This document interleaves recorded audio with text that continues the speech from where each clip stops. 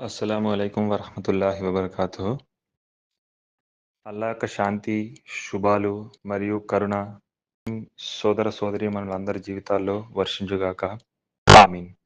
సోదరులారా, ఇన్షాల్లా ఈరోజు మనం వక్ఫ్ బోర్డ్ చట్ట సవరణ బిల్లు ఏదైతే ఒక 2 వారాల క్రితం మోడీ ప్రభుత్వం పార్లమెంట్లో ప్రతిపాదించిందో దాని గురించి తెలుసుకునే ప్రయత్నం చేద్దాం.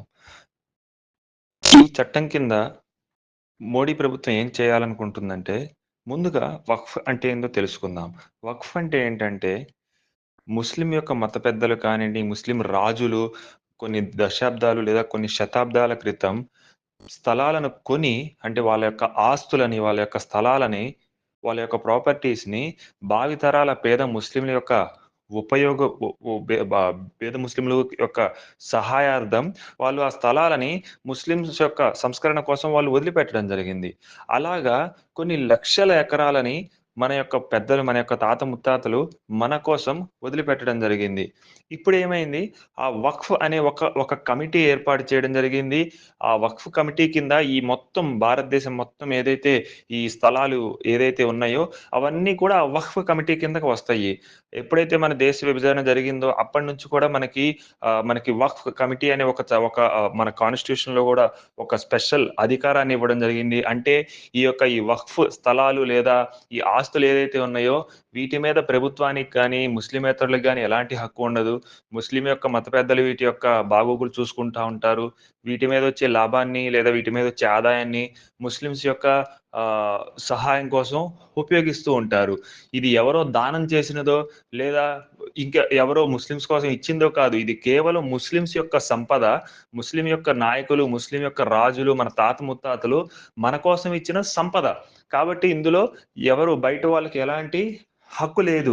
కానీ ఇప్పుడు ఈ మోడీ ప్రభుత్వం ఏం చేస్తుందంటే, ఈ వక్ఫ్ చట్ట సవరణ బిల్లు ఏదైతే తీసుకొచ్చిందో, దాంట్లో పూర్తిగా ఇప్పుడు ప్రస్తుతానికి ఏ విధంగా అయితే ముస్లిం యొక్క నాయకులకి ఏదైతే పూర్తి అధికారం ఉందో, వక్ఫ్ కమిటీకి ఏదైతే అధికారం ఉందో ఈ ఆస్తుల మీద, ఆ అధికారాన్ని తొలగించేసి ప్రభుత్వం దాని మీద అధికారం తీసుకోవడానికి ప్రయత్నిస్తుంది. ఇంకా ముస్లిమేతరులను కూడా ఈ యొక్క వక్ఫ్ కమిటీలో పెట్టడానికి ప్రయత్నిస్తుంది. ఒక్కసారి ఆలోచించండి సోదరులారా. నేనిప్పుడెళ్లి నేనొక ముస్లింని. నేనెళ్లి తిరుపతి గుడి చైర్మన్ అవుతానంటే ఒప్పుకుంటారా? ఒప్పుకోరు. ఎందుకు? అది వేరే ధర్మం. నా విశ్వాసం వేరు. మరి అలాంటిది ముస్లిమ్స్ యొక్క ఆస్తి అయినటువంటి, ముస్లిమ్స్ యొక్క ప్రాపర్టీస్ అయినటువంటి ఈ వక్ఫ్ కమిటీకి నాన్ ముస్లిమ్స్ తీసుకొచ్చి నాయకుడిగా ఉంచుతాను అంటే అది ఎవరు ఎంత మాత్రం ఏ ముస్లిం కూడా ఒప్పుకోడు. ఇక్కడ మరి వక్ఫ్ కమిటీ యొక్క ఆస్తి ఎంతయ్యా అంటే, చూడండి సోదరులారా, ఎంత గొప్ప విషయం ఏందంటే, మొట్టమొదటి మొత్తం భారతదేశంలో అతి ఎక్కువ ల్యాండ్ లేదా అతి ఎక్కువ ప్రాపర్టీస్ ఉన్న ఆర్గనైజేషన్స్‌లో మనం చూస్తే మొట్టమొదటగా డిఫెన్స్ వాళ్ళ దగ్గర చాలా ఎక్కువ ల్యాండ్ ఉంది. ఆ తర్వాత రెండవ స్థానంలో ఇండియన్ రైల్వేస్ ఉంది. మూడవ స్థానంలో వక్ఫ్ బోర్డ్ ఉంది. వక్ఫ్ బోర్డ్ దగ్గర భారతదేశం మొత్తం మీద సుమారు 9,00,000 ఎకరాలు వక్ఫ్ స్థలం ఉంది. అది కొన్ని బిలియన్‌లు. లక్షలు కాదు, కోట్లు కాదు. అంతకు మించి విలువ చేసే ఆస్తి అన్నమాట అది.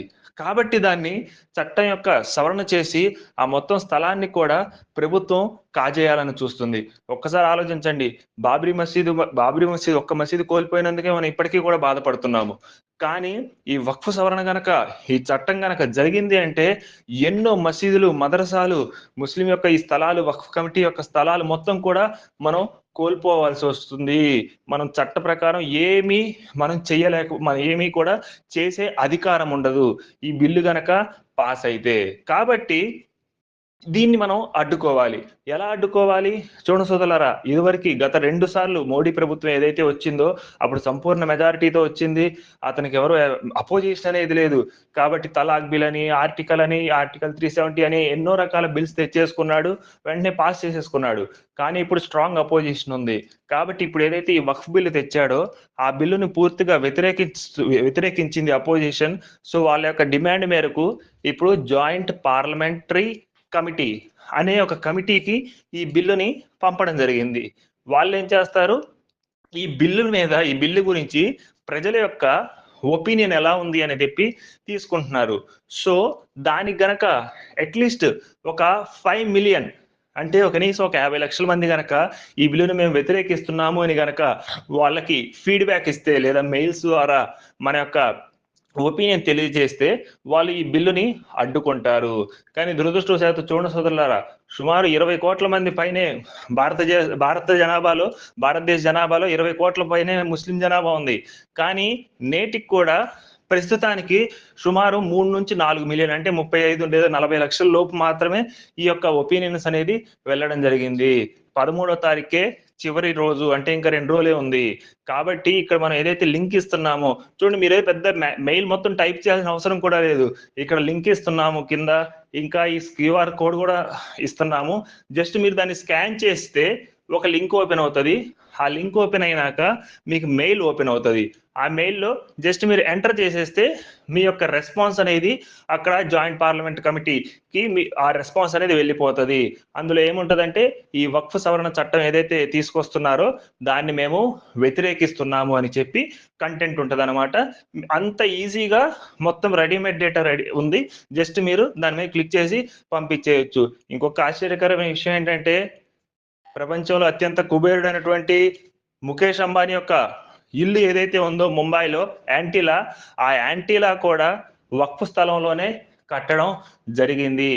ఈ విధంగా మొత్తం వక్ఫ్ స్థలాలని అధికారులందరూ కలిసి లాక్కోవడానికి ప్రయత్నిస్తున్నారు. ఒకవేళ ఈ చట్ట సవరణ గనక జరిగింది అంటే మన భావి తరాలకి జవాబు చెప్పవలసి ఉంటుంది. కాబట్టి 2 రోజులు మాత్రమే టైం ఉంది కాబట్టి త్వరపడండి. ఈ లింక్ క్లిక్ చేసి మెయిల్ పంపించండి. అస్సలాము అలైకుం వరహ్మతుల్లాహి వబరకాతుహు.